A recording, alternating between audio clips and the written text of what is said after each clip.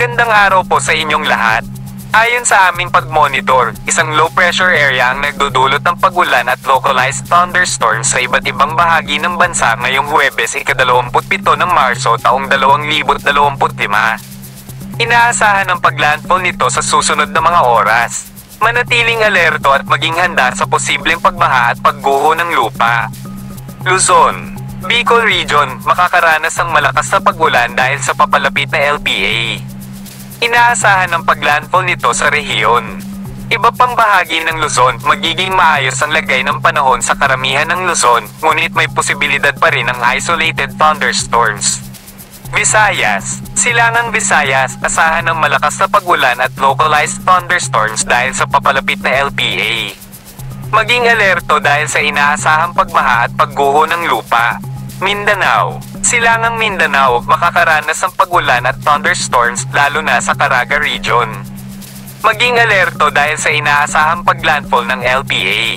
Iba pang bahagi ng Mindanao, maganda ang lagay ng panahon sa umaga, ngunit may posibilidad ng localized thunderstorms sa hapon at gabi. Rekomendasyon, manatiling updated sa mga bagong ulat ng panahon. Maging handa sa posibleng pagbaha, pagguho ng lupa at malakas na hangin. Subaybayan ng mga anunsyo mula sa lokal na pamahalaan at mga ahensya ng gobyerno. Para sa mga karagdagang impormasyon at update, mag-subscribe sa aming YouTube channel. Maging ligtas po kayo. Dumako naman tayo sa ating partner para sa mga karagdagang impormasyon sa loob ng ating bansa. Sa kasalukuyan nga ay may namomonitor tayong low pressure area sa loob ng ating Philippine Area of Responsibility. Nagdadala ito ng maulap na papawirin at mga kalat-kalat na pag-ulan, pagkidlat at pagkulog sa Visayas, Caraga at Davao Region. Etong low pressure area nga din na ito ay nakikita natin posibleng lumapit at dumaan sa Visayas, Mimaropa area by Friday until Sunday. Kaya patuloy pa rin tayo mag-antabay sa mga ilalabas na update.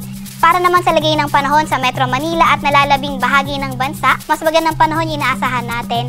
Mainit at malinsangan pa rin, pero may mga tsansa pa rin ng mga localized thunderstorms. Maliban nga sa low pressure area sa loob ng ating Philippine Area of Responsibility, wala na tayong namomonitor na iba pang LPA or bagyo sa loob or malapit sa ating bansa.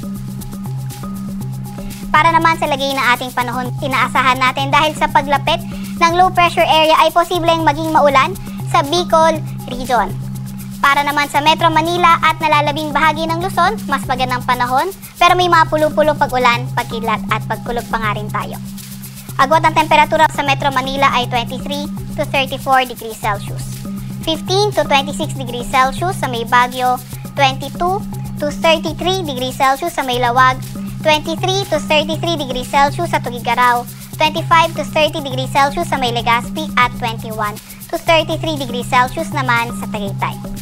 Agwat naman ang temperatura sa Puerto Princesa ay 25 to 33 degrees Celsius at 26 to 33 degrees Celsius naman sa may Kalayaan Islands. Para naman sa lagay ng panahon sa Visayas at Mindanao area, nakita nga natin na Visayas, pati na rin sa may Caraga, posible pa nga rin magpaulan yung minomonitor nating low pressure area. Kaya yung ating mga kasamahan tuloy na maglalabas ng mga thunderstorm advisory, rainfall advisory o hindi kaya heavy rainfall warning kung kinakailangan. Para naman sa nalalabing bahagi ng Mindanao, mas magandang panahon pero may mga tsansa pa nga rin ng mga localized thunderstorms lalo na tuwing hapon at gabi. Agwat ang temperatura sa may Tacloban at Cagayan de Oro ay 24 to 31 degrees Celsius. 26 to 30 degrees Celsius naman sa may Cebu at 25 to 30 degrees Celsius sa may Iloilo. Sa Zamboanga at Davao naman, agwat ang temperatura ay 24 to 33 degrees Celsius. Para naman sa lagay ng ating karagatan, wala pa rin naman tayong nakataas na gale warning sa kahit na anong dagat baybay ng ating bansa. Para din sa 3-day weather outlook na mga pangunahing syudad natin, nakita natin sa Legazpi patuloy pa rin na magiging maulan Friday until Sunday. Although nakita natin bandang Mimaropa area din at southern part ng Calabarzon, posible ring magdala ng mga paulan etong low pressure area natin kung ito ay posibleng tumaan sa ating landmass. Kaya patuloy pa rin tayo mag-antabay sa mga ilalabas na update.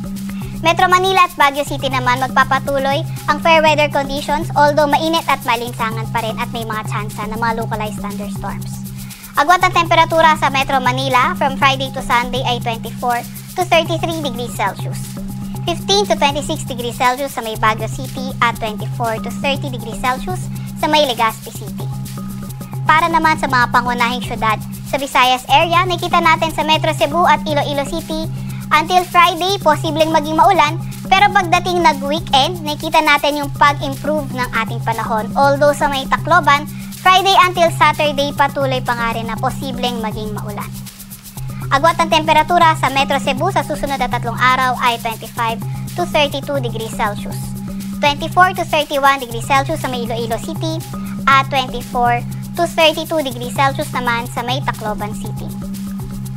Para naman sa mga pangunahing syudad sa Mindanao area, nakita natin sa Metro Davao until Friday, posible pa nga rin yung maaliwalas na panahon at may mga tsansa ng mga localized thunderstorms. Pero pagdating ng weekend, posibleng maging maulan sa area ng Davao. Although nakita natin sa may Cagayan de Oro at Zamboanga City, Friday until Sunday, posible pa nga rin magpatuloy yung partly cloudy to cloudy skies condition with chances of localized thunderstorms. Agwat ang temperatura sa Metro Davao sa susunod for Friday to Sunday ay 24 to 33 degrees Celsius. 24 to 31 degrees Celsius sa may Cagayan de Oro City at 24 to 33 degrees Celsius sa may Zamboanga City.